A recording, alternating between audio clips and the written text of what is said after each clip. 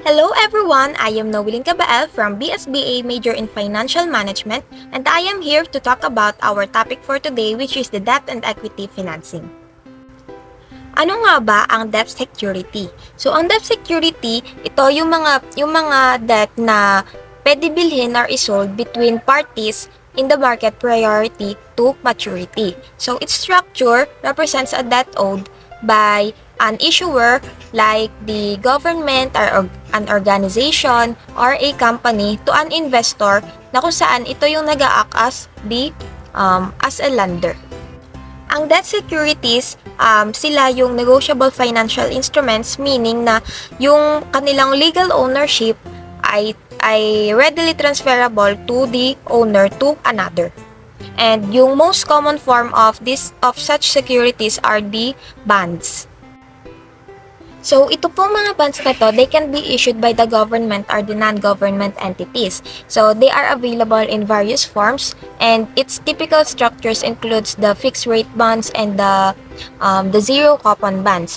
And yung example naman ng debt securities are the floating rate notes, the preferred stocks, and the mortgage-backed securities.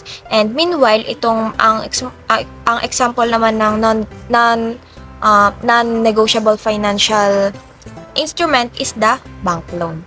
Ano nga ba yung main features of debt securities? So, the first one is about issue date and issue price. So, yung pong debt securities, they will always come with an issue date and issue price. Wherein, yung pong mga investors, they will buy securities when it was first issued. Another feature of debt securities is about the coupon rate, wherein yung po mga issuers, they are required to pay an interest rate, also referred to as the coupon rate. Then yung pong coupon rate, they may be fixed throughout the life of the security or vary with the inflation and economic situations. The third feature of the debt securities is about the maturity date, wherein yung pong maturity date, it refers to when the issuer must repay the principal at face value and the remaining interest. So, yung pong maturity date, it determines the term that categorizes debt securities. So, yun po. Meron po tayong tatlong kinds ng terms, which is the short-term securities, the medium-term securities, and the long-term securities. So, yung pong short-term securities, tumatagal po siya ng less than a year. And when we say the medium-term securities, it matures in 1 to 3 years. And when we say long-term securities, it matures in 3 or more years.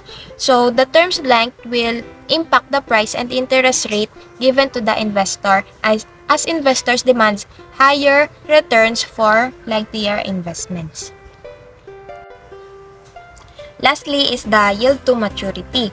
So, yung pong yield to maturity, it measures the annual rate of return an investor is expected to earn if the debt is held to maturity. So, ito po, ginagamit po siya to compare securities with similar maturity dates and consider the bonds, coupon payments, purchasing price, and face value. Debt securities versus equity securities. So, saan nga ba maganda mag-invest? Ito po kasing debt securities, they are fundamentally different from entities in their structure, return of capital, and legal considerations. So, yung debt securities po, it includes a fixed term for principal repayment with an agreed schedule for interest payments. Hence, fixed rate of return, the yield to maturity can be calculated to predict an investor's earnings. So, yung po mga investors, they can choose to sell that securities before maturity po, wherein they may realize a capital gain or loss. So, yung po mga debt securities, they are generally regarded as holding less risk than equities rather. When it comes to equity, it does not come with a fixed term, wherein there is no guarantee of dividend payments. Rather, the dividends are paid at the company's discretion and vary depending on how the business is performing. So, because there is no dividend payment schedule, equities do not offer a specified rate of return. So, yung po mga investor, they will receive the market value of shares when sold to third parties. So, wherein they may realize a capital gain or loss on their initial investment. Bakit nga ba maganda mag-invest sa debt securities? First is because of the return on capital. Marami siyang benefits kapag nag-invest ka sa debt securities. First, yung pong investors purchase debt securities to earn a return on their capital. So, yung pong debt securities such as bonds are designed to reward to investors with interest and the repayment of capital of maturity. So, yung repayment of capital depends on the ability of the issuer to meet their promises. Failure to do so will lead to consequences for the issuer.